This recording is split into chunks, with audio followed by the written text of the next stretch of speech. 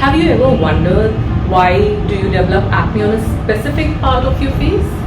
That could be because of your daily habits or lifestyle factors that is causing acne flare-up. Acne on specific part of the face like the forehead or the nose, the cheeks, the chin, it could have a specific cause. In this video, we are going to talk about acne face mapping, and if you want to be your own skincare expert, keep watching.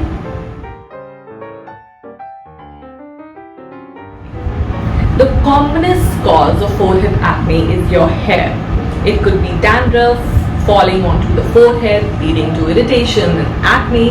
It could be oiling of your scalp or using any kind of hair styling products that would occlude the pores and lead to acne.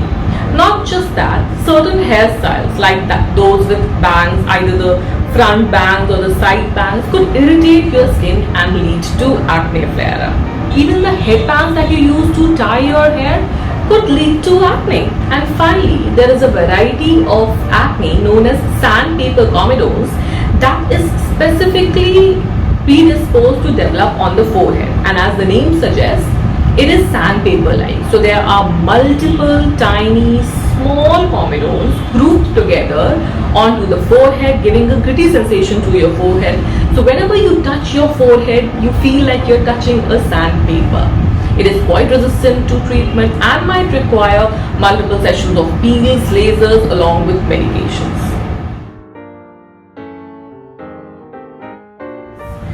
Blackness on the nose is very common. It could be because of oily skin or genetic predisposition. No particular cause per se, but there is a variety, a more aggressive form of nose acne which is known as rhinophyma.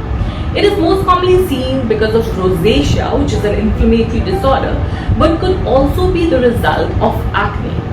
Recurrent episodes of inflammation lead to thickening of the skin, proliferation of these oil glands, giving the nose a big blob-like appearance, and therefore it is also known as brandy nose. Again, very resistant to treatment. You might require ablative lasers, cauterization along with medications to treat it. Acne on the sideburns or on the side of the face could be a result of occupational acne, which is known as chloracne. This is found in people who are working with organic solvents containing chlorine. The second commonest reason for acne around the sideburns is because of friction. It could either be the friction of your pillow covers. For all those people who sleep on their side, the pillow covers not just have a lot of dirt and impurities, but they can cause friction leading to acne. And this kind of acne is known as frictional acne or acne mechanica. Not just that, we are glued to our cell phones all the time, and these cell phones, when we hold it in this manner, all the dirt can get transformed onto your skin. It can cause friction, irritation, leading to acne. Acne around the mouth is known as perioral acne. This is not acne in true sense, but it commonly misleads physicians because it looks like pimples only. The first one is gram-negative folliculitis. For all those individuals who have been recklessly treated with antibiotics, might develop this form of pathology known as gram-negative folliculitis. The second reason is perioral dermatitis. This is the result of abuse of topical steroids, which is commonly available as over-the-counter products in India. So this can also mislead a physician, and the treatment for perioral dermatitis is quite different from that of acne. Therefore, these two conditions must be differentiated from acne. Acne on the jawline is quite classical. Most of the time, these are inflammatory acne like papules, pustules, nodules, cysts. These look very inflamed or red. Most common cause is hormonal imbalance. As I have mentioned in my previous video, PCOD, which is the commonest cause of hormonal imbalance in females, could lead to this kind of presentation. The second reason is because of the mask that we are wearing these days. So there is an entity that has recently developed which we call as mask acne, and this is nothing but the occlusive effects of mask or the irritation and friction that mask is causing onto a skin leading to acne. Next is parlor facials.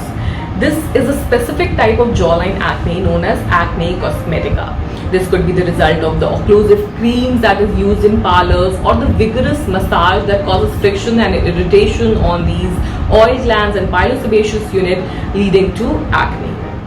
An often overlooked fact that can lead to jawline acne is inadequate cleansing of face.